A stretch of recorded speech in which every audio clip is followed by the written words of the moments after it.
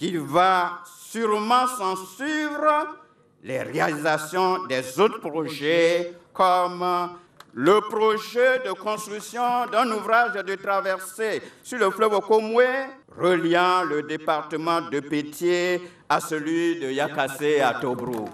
Une doléance parmi tant d'autres faite par les autorités de la région de la Mé lors de la cérémonie qui consacrait le démarrage des travaux de bitumage de l'axe Azopé-Yakassé à Tobruk.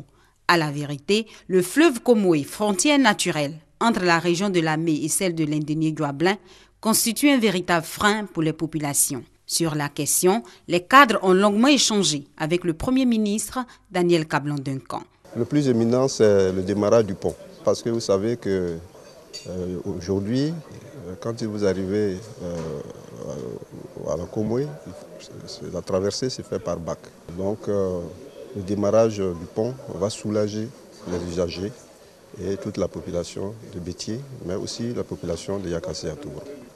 Nous avons demandé également qu'il puisse intervenir auprès du chef de l'État, que le tronçon Yakassé à Tobruk-Bétié puisse également être pris en compte. Le Premier ministre a pour sa part rassuré les cadres du département de Bétié quant à la réalisation de ces projets. Très bientôt, certainement, il sera encore là, dans cette région, pour le lancement des travaux du pont Bétié qui va relier la région de la Mé et celle de l'Indénié-Douablin. Le racket, la corruption, les délais de délivrance des titres de transport de plus en plus longs et des statistiques peu fiables et difficiles à obtenir sont autant de difficultés qui minent le secteur du transport en Côte d'Ivoire. C'est pour solutionner ces multiples problèmes, moderniser et révolutionner le secteur que le ministère des Transports installe les centres de gestion intégrés CGI. Le centre de gestion intégré de la région de Béké a été officiellement ouvert au public. Les autorités locales félicitent le ministère pour l'ouverture de ce centre. Pour le maire de Boaké, ce centre met fin aux souffrances des demandeurs de permis de conduire et aux titres de transport. Le directeur général des centres de gestion intégrés, Ibrahima Kone, exhorte les usagers à fréquenter le centre. Les invités à ne payer aucun surcoût. Les tarifs ont été considérablement baissés avec donc cette innovation technologique qui est mise en place. Il faut qu'ils s'approprient, il faut qu'ils visitent le centre. Représentant le ministre des Transports, le directeur de cabinet a donné la motivation réelle de la mise en place de ces centres de gestion intégrés. Cet aspect important de la dite réforme contribue immanquablement à lutter contre la cherté de la vie, à optimiser les procédures administratives liées au type de transport, à soulager les usagers de frustrations et longues attentes subies par le passé. Les premiers permis de conduire sortis du centre de gestion intégré ont été distribués aux bénéficiaires. Pour assurer une meilleure accessibilité des usagers aux services publics, le ministère des Transports compte ouvrir 31 centres de gestion intégrés à travers le pays. La formation, une des conditions pour être un bon journaliste. Viennent ensuite la passion et la technique.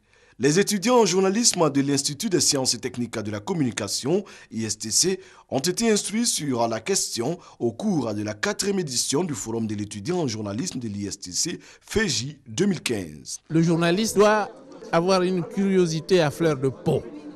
Tout doit l'intéresser. Ensuite, il y a la technique qu'il faut apprendre. Que vous soyez en presse papier, en radio ou en télévision, chaque support a une technique.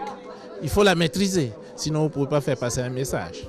Un message bien perçu par les étudiants. La formation est primordiale, importante. Ils l'ont dit et je pense qu'on l'a tous entendu, il faut se former. Rien ne vaut la formation.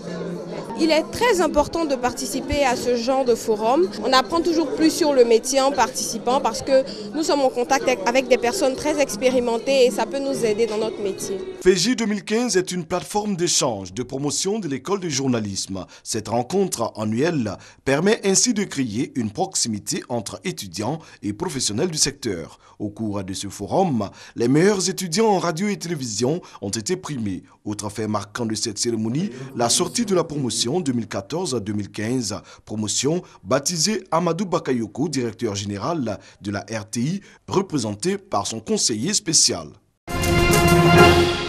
Akoyate a un nouveau chef.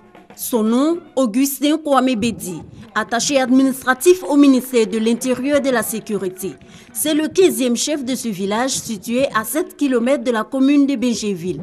Il succède à Antoné Akeobrou après 15 ans de règne. Proposé par la génération Nyondon dont il est membre et nommé chef de village en 2009, Augustin Kwame Bedi est aujourd'hui officiellement intronisé. Il a reçu son arrêté de nomination des maires du sous-préfet de Béngéville. Article 1er. M. Bedi Kwame Augustin est nommé en qualité de chef de l'Adakouyaté, sous-préfecture de Béngéville. Article 2. Sont abrogées toutes dispositions antérieures contraires au présent arrêté. Article 3. Le présent arrêté qui prend effet à compter de la date de signature sera enregistré, publié, communiqué par tout besoin sera. Un arrêté qui confère au nouveau chef le pouvoir d'exercer. Le sous-préfet André Martin Kakou l'a exhorté à s'inscrire dans la dynamique du développement. Cette intronisation apparaît comme la concrétisation de la volonté du village d'Akoyati. On attend que le village soit bien géré, voilà, que le village soit bien géré, que le village soit géré de façon inclusive, c'est-à-dire que toute la population participe, que la population soit consultée pour les décisions et tout. Voilà ce que nous attendons de notre chef. Ses priorités, c'est l'adduction en eau potable, la réhabilitation de l'école primaire et les logements des enseignants, et puis l'agrandissement du village. Après 15 années au pouvoir, la génération Bléchon vient ainsi de passer la main à la génération Nyondon. Ce système d'alternance du pouvoir qui a lieu tous les 15 ans selon le peuple Gwada Koyati leur assure la stabilité. Les temps sont durs et de nombreuses activités en matière de sport ont du mal à trouver financement. Par ailleurs, les conflits internes dans les fédérations sportives sont de plus en plus récurrents. Pour cette situation difficultueuse et pour bien d'autres, les fédérations, plutôt que de rier dans les brancards, sont invitées à recourir au cadre permanent de concertation, CPC, créé par le ministère des Sports et Loisirs. Le CPC, composé de 15 membres, dont 6 fédérations sportives, est présidé par le ministre François-Albert Almicha lui-même. Le CPC est habilité à délibérer sur tout sujet d'intérêt. La prévention et le mode de règlement des conflits au sein des fédérations, le financement des compétitions internationales, l'octroi de la parafiscalité, etc. On ne passe pas 2 fois devant l'opportunité d'un destin.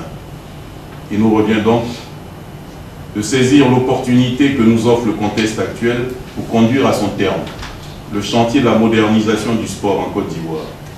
Nous devons nous ceindre les reins comme un vaillant homme pour nous engager dans ce combat. Pour ce faire, je vous invite à être disponible et assidu aux travaux du cadre permanent de concertation. Le cadre permanent de concertation, cet espace de dialogue entre le ministère des Sports et le mouvement sportif, a tenu sa première réunion jeudi dernier. Le dialogue, on ne le répétera jamais assez, est l'arme des forts. Mamadou Ka, le porte-parole de la cinquantaine de Sénégalais rapatriés du Gabon, est revenu sur leurs conditions de détention depuis leur arrestation. 21 jours durant, Ka et ses camarades ont été placés sous mandat de dépôt avant d'être acheminés à Libreville pour enfin regagner leur pays natal. Pendant 21 jours, le trajet entre Gabon jusqu'au Bénin, le trajet est loin. On a fait pratiquement 5 jours. Il y avait des gens qui sont un peu malades, bon, c'est dur. Face à cette situation, le gouvernement se dit être préoccupé du sort de ces jeunes à la recherche d'un avenir meilleur. Ainsi, il compte prendre les dispositions nécessaires pour y remédier. Le ministre des Affaires étrangères et des Sénégalais a intervenu auprès de son collègue gabonais pour invoquer toutes les dispositions qui sont relatives au respect des droits qui sont les leurs. Après leur rapatriement au Sénégal, il faudra en même temps penser à leur insertion dans le marché du travail. Vous constituez pour la nation et pour les autorités de ce pays un souci permanent pour votre réinsertion dans le tissu économique et social. Sans compter les ressortissants sénégalais décédés dans des conditions pas toujours explicitées, leurs situations ne sont pas toutes aisées ailleurs. Les autorités confient à cet effet avoir pris les mesures idoines afin de situer les responsabilités et apporter des solutions.